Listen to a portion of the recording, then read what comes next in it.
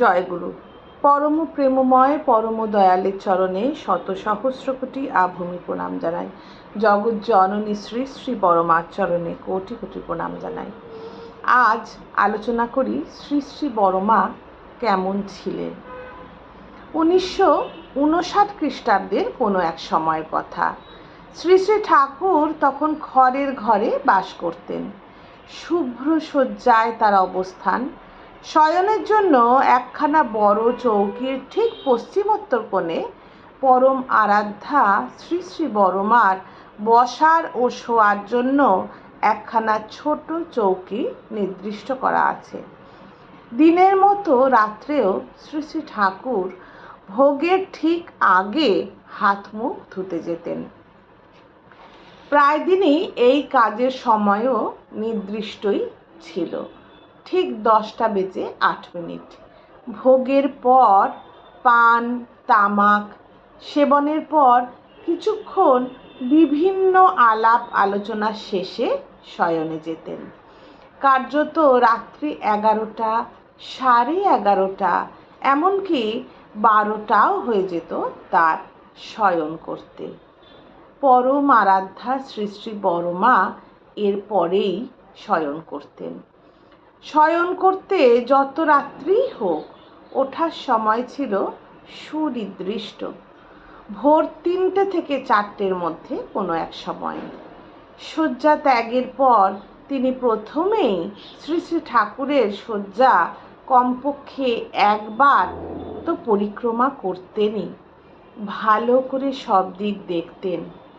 রাত্রে শয়নকালে শ্রী শ্রী ঠাকুরের যখন কাশি হলো, কতবার হলো অথবা হাঁচলেন কিনা, তাছাড়া কয়বারই বা ঘুম ভাঙলো, এইসব ব্যাপারে শ্রী শ্রী ঠাকুরের চৌকির কাছে যারা থাকতেন, যেমন ডাক্তার বা অন্যান্য ভক্ত বা সেবকগণ, তাদের জানা না হলেও ওই ঘরের এক প্রান্তে একলা আলাদা থাকতেন শ্রী শ্রী বড়মা।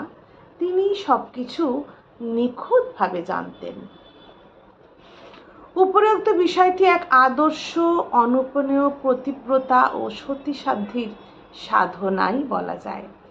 ভোরে 3টে, 3:30 সময় তিনি শ্রী শ্রী ঠাকুরের কাছ থেকে সোজা নিত্যক্রিয়াদে নিমিত্ত প্রস্থান করতেন।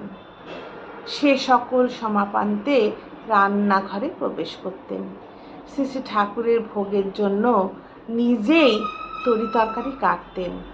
তার জল খাবারের ব্যবস্থা থেকে শুরু করে পান সাজা, সুপারি কাটা সমস্তই নিজের হাতেই করতেন। পতি পরম গুরু, তিনি পরমেশ্বর, প্রাণেশ্বর। এই আপ্তবাক্য শ্রী শ্রী বড়মা বাস্তব কর্মের মধ্যে দিয়ে সার্থক করে তুলেছেন।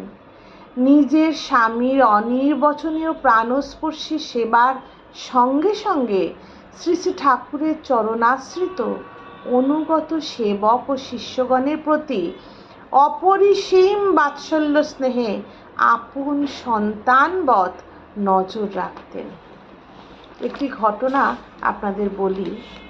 একবার একজন সন্তানহীনা মা দুঃখ বেদনায় তার অন্তঃস্থল জর্জরিত। কতই না আক্ষেপ জননী না হতে পেরে। প্রচুর অর্থ সম্পদ আছে, নেই শুধু কোলজুড়ে থাকার মতো একটি সুন্দর ছেলে। শ্রী শ্রী বড়মার কাছে চলে এসেছেন দম্পতি। শ্রী শ্রী বড়মার মাতৃ অন্তর বিগলিত হয়ে উঠেছে সঙ্গে সঙ্গে। মা হতে না পারার হৃদয়ের কি জ্বালা, মা হওয়ার কি আনন্দ তিনি জানেন। ব্যথাতুর প্রাণে সান্ত্বনা দিয়ে আশীর্বাদ করলেন, নিশ্চয়ই সন্তান হবে। মায়ের আশীর্বাদে সন্তানের অধিকারী হলো দম্পতি। এরূপ একটা দুটো নয়, বহু বহু ঘটনা আছে। শ্রী শ্রী বড়মার সংস্পর্শে এলে মানুষ শীতল হয়ে ওঠে, লাভ করে গভীর আশ্রয়, পায় মনের স্নিগ্ধতা। আজ এতটুকুই থাক। জয় গুরু, বন্দে পুরুষোত্তম।